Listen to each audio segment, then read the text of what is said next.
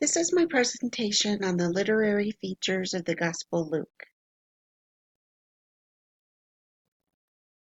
The narrative of the Gospel Luke begins with the birth of Jesus and goes all the way through his ascension into heaven.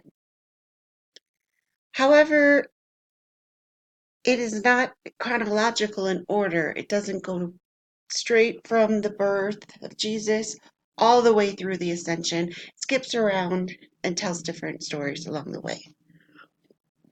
The prologue is written in a very high-level Greek language, which shows that Luke, the author, was a highly educated man. Then he switches the writing style into an archaic Greek, which is supposed to tie back to the Old Testament way of writing. This gospel shows how Jesus fulfilled the Old Testament prophecies. The characters of the gospel, Luke, are Theophilus, who is thought to have sponsored the writing of Luke, and who Luke and Acts were written to. Some think that he was a Roman official or a Jewish priest, or perhaps Paul's lawyer, or maybe just a recent convert to Christianity. Jesus, of course, is the main character. It's about his life and ministry. The apostles in training, um, which is how Luke referred to them in a kinder way than Matthew and Mark, because they were still learning, they were arguing, they were jealous, they had weak faith. So that's why he described them as in training. They were still learning. And then the religious leaders, these were self-righteous or those who rejected God.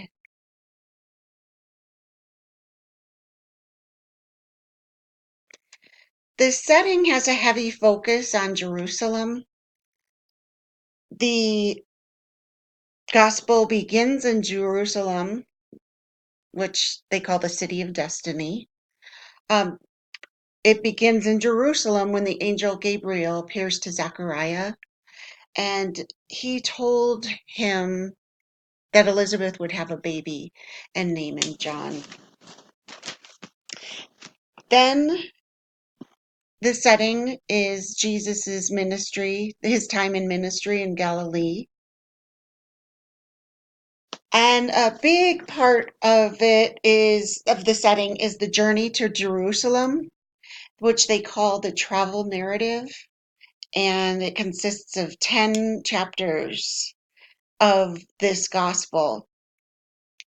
And these chapters are where Jesus's parables are told. And two parables, the lost son and the parable of the Good Samaritan, are only found here, the only place they're found in the Bible. Oops. And then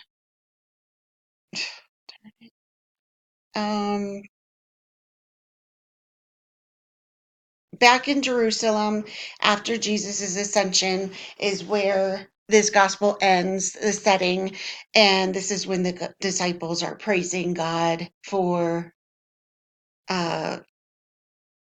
ascending Jesus into heaven. The rhetoric of the Gospel of Luke are eyewitness accounts, the historical reliability that's been proven, multifaceted picture of Jesus, not just one person's view, but many, which I've already mentioned, how it began with the high-level Greek, switched to the archaic Greek language. course, the storyteller is Luke himself, and he was a physician, obviously highly educated. I mentioned with the way he wrote and spoke, it's a higher level than Matthew and Mark. Luke was a companion of Paul, and he was not an eyewitness of these accounts of Jesus, but he knew people who were, and that's where he got his information from. He was a person who made sure that his writing was historically accurate. He wanted to make sure it was captured correctly in time and place. Luke was also a second generation Christian.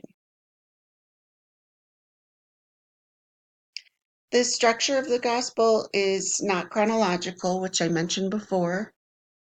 It is the longest book in the Old Testament. Luke begins earlier than the other gospels. Like I said, when it started with the uh, angel Gabriel appearing to Zechariah, and then it ends later than all the other gospels, which ends all the way with the ascension of Jesus into heaven. Structure surrounds it, Jesus' ministry to the Gentiles and outcasts. And the focus is on God's love and how he demonstrated it through Jesus by sending Jesus.